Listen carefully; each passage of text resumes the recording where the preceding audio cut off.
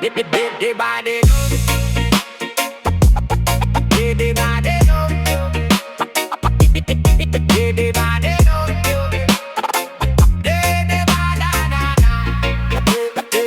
Sabi nila maging mabuti, maging mahinahon, pero ang kabutihan binabaliwala ng walang konsensya.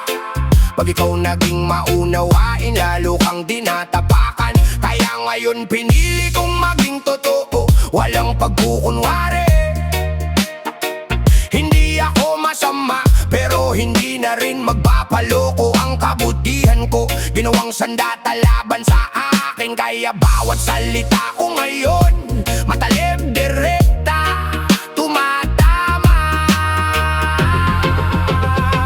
Di bale nang di mabait, wag lang magbait-baitan.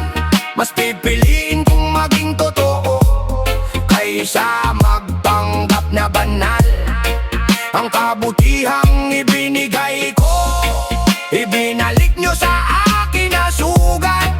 Kaya ngayon galit ang wika, katotohanan ng sandata. Walang pagbabait-baitan, dahil ang totoo ay hindi kasinungalingan.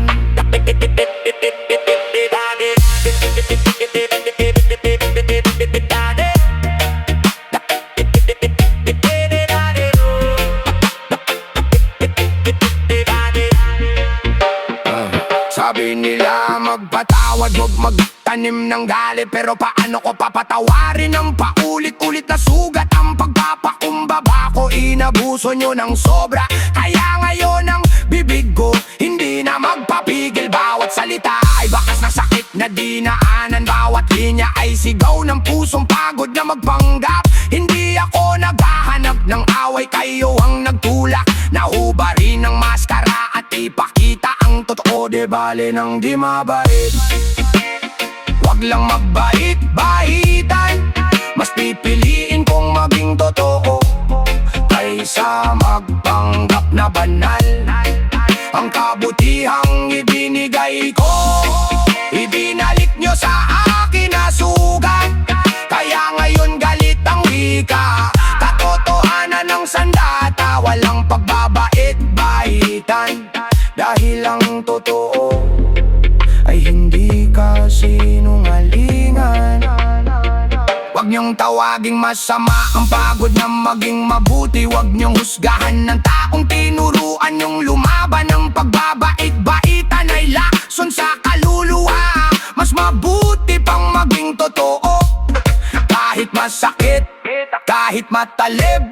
Hindi ako galit ng walang dahilan. Kayo ang dahilan, kayo ang dahilan.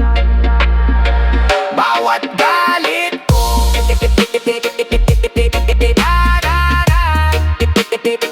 bawat galit ko, di bale nang di mabait. Wala na ang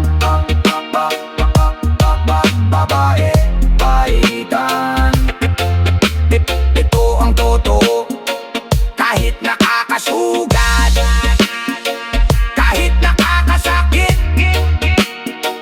Dahil ang totoo mas mabigat kaysa kasinungalingan.